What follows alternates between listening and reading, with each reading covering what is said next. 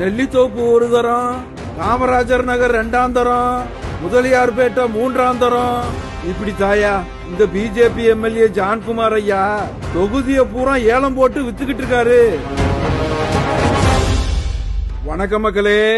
உலகத்திலேயே இலாக்கா இல்லாத அமைச்சர்னு சுத்திக்கிட்டு இருக்க பிஜேபி எம்எல்ஏ ஜான்குமார் நெல்லித்தோப்பு தொகுதிய மகனுக்கிட்ட வித்துவிட்டு காமராஜர் நகர் தொகுதிக்கு போனாரு.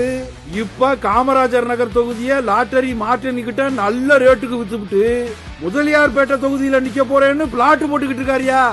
காமராஜர் நகர் தொகுதியில இவரு ஒரு அணியையும் புடுங்கலையா. காமராஜர் நகர் தொகுதியில மழை தண்ணி தேங்கி நிக்குதுன்னு ஒரு அம்மா புகார் சொன்னப்ப இன்னும் ஒரு மாசத்துல சரி செய்யலைனா ஏண்டா கேளுமான்னு சொல்லிட்டு போனாரு.